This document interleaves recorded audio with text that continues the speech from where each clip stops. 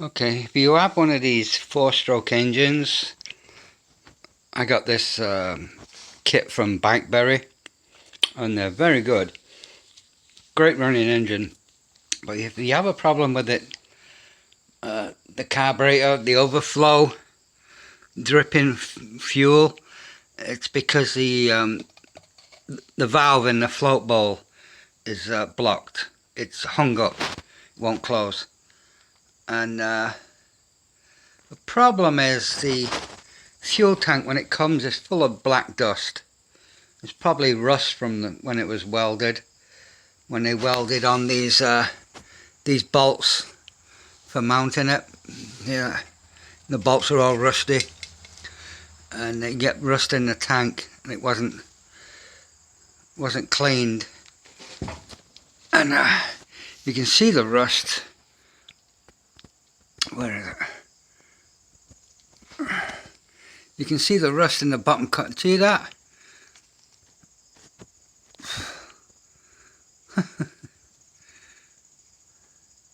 See it more? That's all like black powder. You can also see it in this fuel line, down in the bottom of this loop here. Right there. And that's all. It's getting past that filter. See it? Right there on top of my finger. Right there.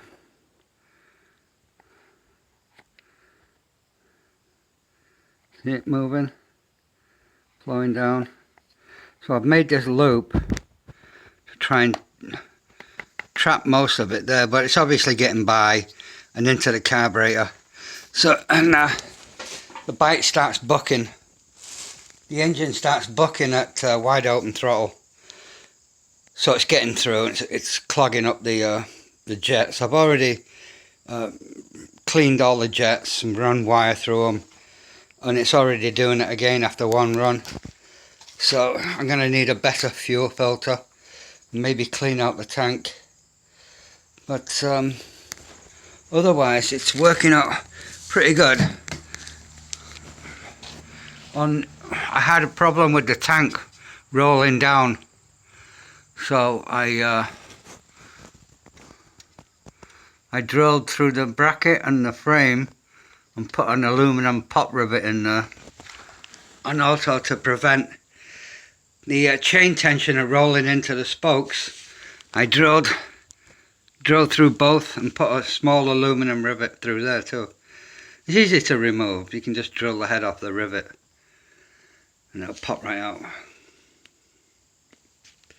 I haven't had any problem with this sprocket. If you take your time and get it aligned right to begin with, you shouldn't have any trouble with it at all. And this is on a 10-speed road bike with a derailleur, which I really don't care for. I'm going to switch everything over onto a beach cruiser. The bike is, this frame is too big for me. It's a bit on the wheels are flimsy, so they're not going to hold up long term. The brakes are very ineffective. I think with these engines you need disc brakes. They're very, very, it takes about a good 20 feet to stop, at least. If you're going fast, it takes probably 50 feet. And I've got them, and I've got these things, I've set the cables as tight as I can. I mean, I can spin it on the ground and apply braking to lock the wheel up, but when you're rolling, no, it doesn't stop it. So all in all, I think it's a great system, and I've had great service from Bikeberry. A couple of things that weren't right with it, and they made good on it straight away. Considering all the constraints they're under with this COVID stuff, it might take a few extra days for them to get to stuff and to answer emails, but they do. The level of service is very good. So that's my little review of the Honda clone engine. I left the stock Honda design muffler on it. I don't think those custom tune mufflers do anything for these 4 strokes. Maybe on a 2-stroke.